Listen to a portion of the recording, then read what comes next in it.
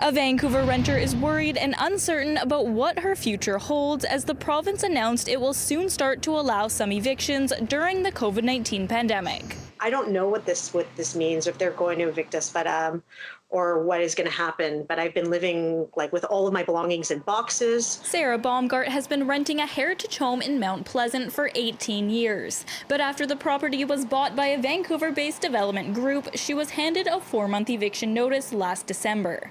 Then, due to the COVID-19 pandemic, the province put a freeze on evictions back in March. With the pandemic, of course, that was luckily put on hold because I hadn't found anything and was preparing to live in my van and become homeless. So it was a very awful situation. On Friday morning, the province announced that new notices of eviction for reasons other than missed payments will be allowed in some cases later this month.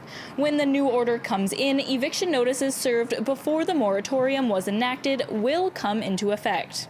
In the sense of a corporation that just needs to make more money and destroy more low-income housing, putting more people on the street during a pandemic, I don't think it's a really wise move to be allowing those kind of evictions right now. Baumgart says she hasn't heard any updates from her building owner on when her eviction will go through. With the amount of demo evictions and reno evictions, it's just that are now on hold. I think that there should be a moratorium on those until we get this pandemic under control. Landlord BC says despite the government's announcement, they don't imagine huge amounts of evictions will happen. The residential tenancy branch has only so much capacity.